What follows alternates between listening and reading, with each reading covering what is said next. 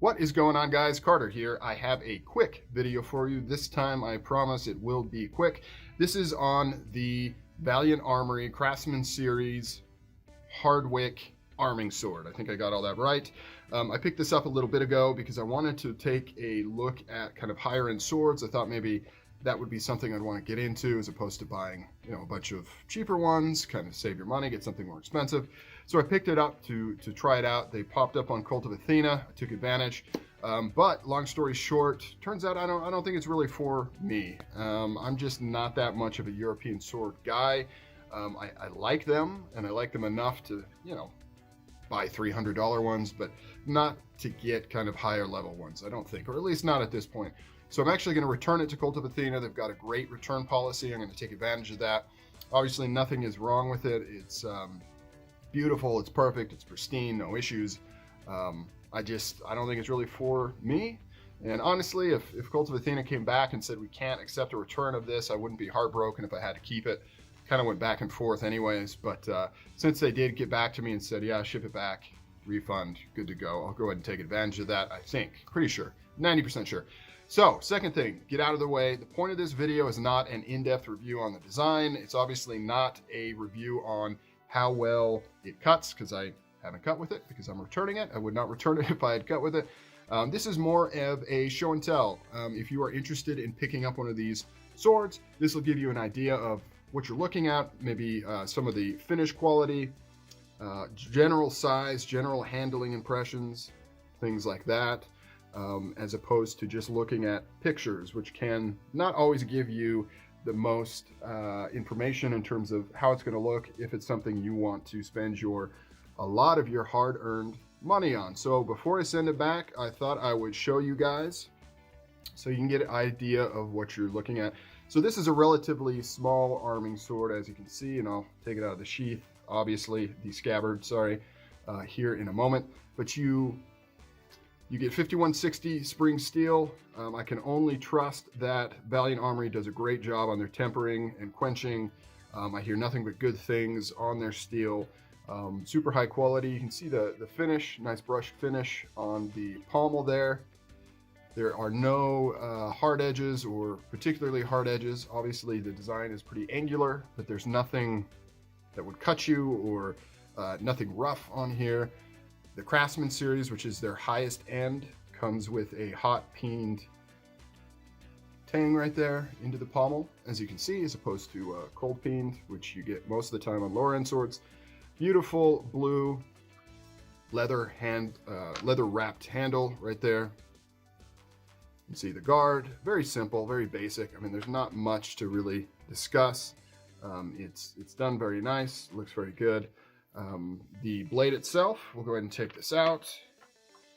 I'm making sure to be extra careful since it's going back. The main thing I noticed with this blade is just how well balanced it is. When it's in your hand, it really feels like nothing. I mean, it is just superb. Obviously, it's a shorter blade, so it's not going to be heavy. But even for its length, it really just dances in your hands. It feels really good. Obviously, I can't do much in front of the camera sitting down, but you can trust me that the balance on this is very nice. It feels very, very good. The finish on the blade is pretty good.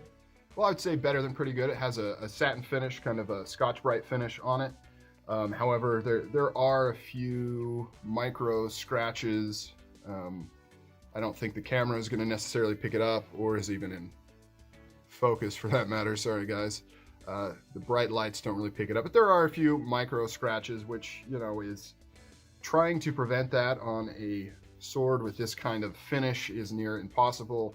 If you breathe on it wrong, you're going to get, especially if you're going against the grain of the Scotch-Brite, you're going to get little tiny marks. That's to be expected. It came really sharp. I mean, it's almost hair shaving sharp. A few spots you'll probably be able to shave some hair. Really, really sharp. There's that nice tip right there. In terms of the gap in the cross guard, I would say I'm a little disappointed in that. On this side, you can see it's perfectly tight, and on the sides right here, it's nice and tight. Everything's form fitted. but on this side it's not completely centered. You can see how there's quite a gap right there, a little bit of a gap. It really isn't showing on the camera as well as it appears in real life. And you know, it's pretty okay. It's nothing too bad. But however, I would say at the price point, and you're talking over $1,000 for this sword, with the scabbard, that is. If you buy it without the scabbard, it's less.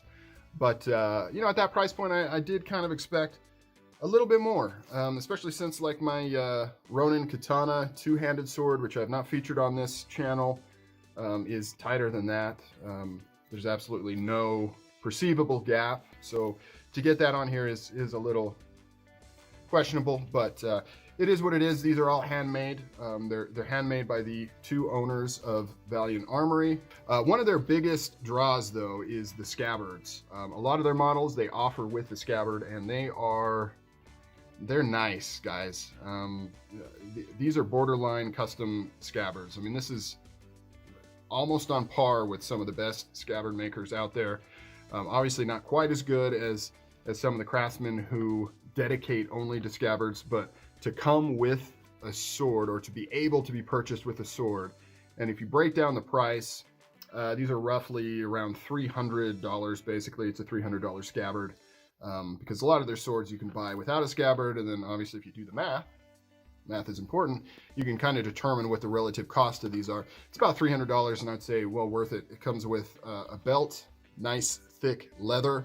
The leather quality is decent. It's not bad. It's obviously not super supple high-end leather, but it's good. I don't think it's going to crack anytime soon or anything like that. You've got nice detailing in the scabbard here, these raised portions. It just looks really nice. Here's the buckle. Don't know if I necessarily like the buckle. It does seem a little bit cheap. It's very light. I don't know how well it would hold up if you actually strap this to yourself and did any kind of exertive movements, but you know, I haven't tested that, so I can't say one way or the other for sure. But overall, it's a cool, very nicely done arming sword. There's not a lot of pizzazz. There's not a lot of over-the-top things on it, which I like. You get that beautiful antiqued blue finish on the grip, as well as the matching scabbard. So very cool. I will be sad to see it go, but yeah, I think I have some other things I would like to get with this money that will go a little bit farther. So that's it, guys. Here's a look at this Valiant Armoury Craftsman Series Arming Sword.